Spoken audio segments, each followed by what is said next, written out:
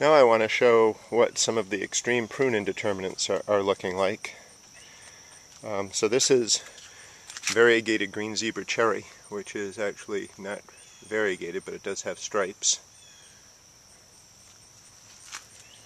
This is Indian stripe potato leaf, and it's showing a multi-lobed, kind of an ugly fruit that's formed there. This is Reinhardt's green heart. These are a series that Reinhardt Kraft is developing to produce different colored hearts. This is the purple heart. This is Kukla's Portuguese paste. Plant looks great. Look at the size of the blossoms on this. Fruit are just setting. Same with the Portuguese heart. This is one of the biggest flowers I've ever seen in my life. And it's just setting fruit at the top. And this is the Abraham Lincoln that took me forever to get going. This is from the USDA, 1996 Save Seed. And it's got interesting to see the curly parts of the flower on that. The other ones that I've started over here are, this is Cherokee Purple from 1993. That will be one of the older seeds I get to germinate, 18 years old. Pink Costerlee, a replacement Sunny F3 Dwarf, a replacement Tasmanian Chocolate, the green grape I just planted yesterday, Maglia Rose, Vince's P1, Ambrosia, Wild Sweetie, Flathead Dark Indian, Blush, which has fruit on it, Casino, Spring Noir, and Maiden's Gold. And I'll move these all into slightly larger pots once some of my taller indeterminates have to be thinned out. And now we're going to look at the double row of extreme prune indeterminates. These have been pruned and they've all been topped. This is an example of where the plant's been topped, and I'm going to show you how I've been pruning it. This is a side shoot or a sucker forming. I'm just pinching. And this is Surprise. This next series are Brandy Tad F2, so these are all mystery varieties. This is one that's struggling with Fusarium or perhaps Septoria. You can see that leaf. But it's got a good cluster of fruit on there. This one's also struggling. That's another of the Brandy Tads. It's got a good set of fruit. This one is producing a quite large fruit. And I was hoping to see some stripes on these, or hearts, but not at this point. This is the weird thread leaf thing that comes from the Brandy Tads. And I'm hoping that some fruit sets somewhere on here in this tangle and mass of flowers, if you want to call it, but I'm not sure anything is set yet. And I planted two of them. They're actually potato leaf, but not really.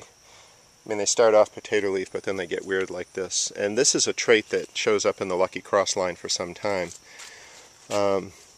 This is a mystery white cherry that came from a plant that a friend sent me that was supposed to be Catherine Sims. I won't go into specifics on some of these varieties. A lot of these are Cherokee Chocolates or Cherokee Purples or Lucky Crosses or Little Luckies. I'll stop if there's anything particularly worth noting. This, for example, is Andrew Rayhart. Looking really good in there.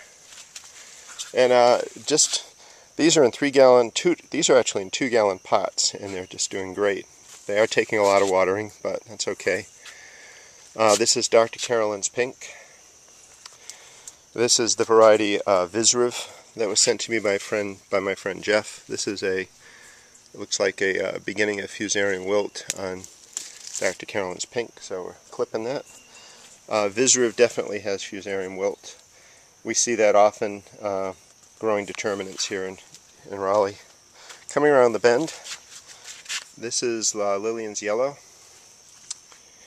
And what else in here is, this is Nepal, showing its typical clusters of nearly round fruit.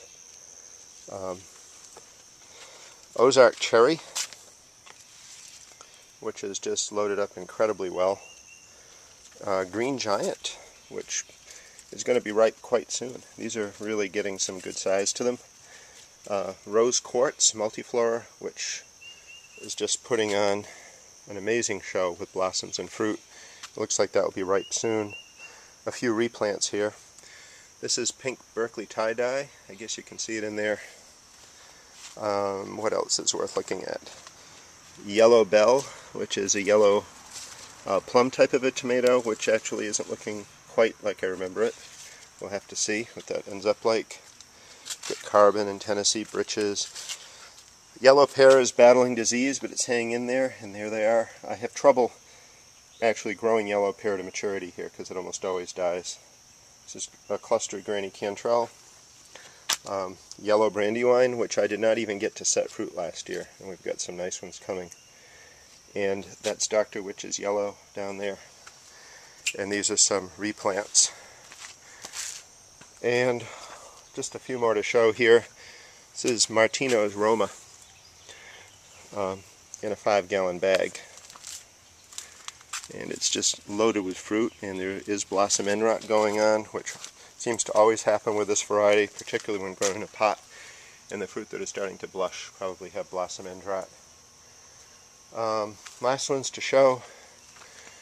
The Indian stripe, you'll remember I said I have not Indian stripe. Well, these are 2 Indian stripe plants, and I think these will be the real thing because I've got the big blossoms. So I will have Indian stripe this year, which is good because I need fresh seed. And this is Granny's Heart and Dragon Heart, which are starting to flower in their small pots.